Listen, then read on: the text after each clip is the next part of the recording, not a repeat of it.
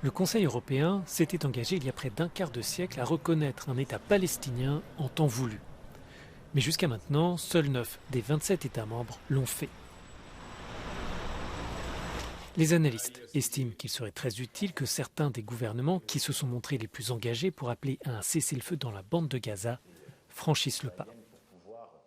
Acheminer l'aide. The issue of recognition is just one of many examples of this inconsistency between the EU's rhetorical support in favor of peace and two-state solution and international law and lack of actions that would actually match that up. If it happens, it would be countries like Belgium, Ireland, Luxembourg, Spain, Portugal, and very importantly, France. 9 pays membres reconnaissent la Palestine, la Suède, Malte, Chypre et 6 pays d'Europe de l'Est. Aujourd'hui, beaucoup d'entre eux sont plutôt alignés sur Israël. Malgré les divisions entre les 27, la position officielle de l'Union est la relance du processus de paix pour parvenir à une solution à 2 États.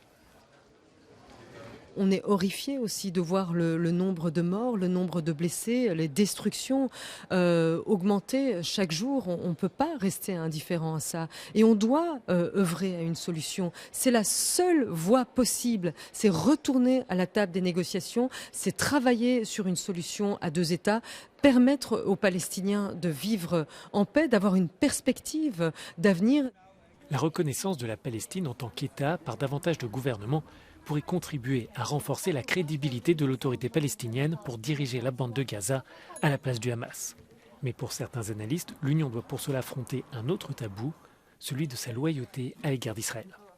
But it's also about the European treatment of Israeli settlements, the illegal settlements in the West Bank, which are actually preventing the possibility of a Palestinian state because they take up the territory where the state should be established.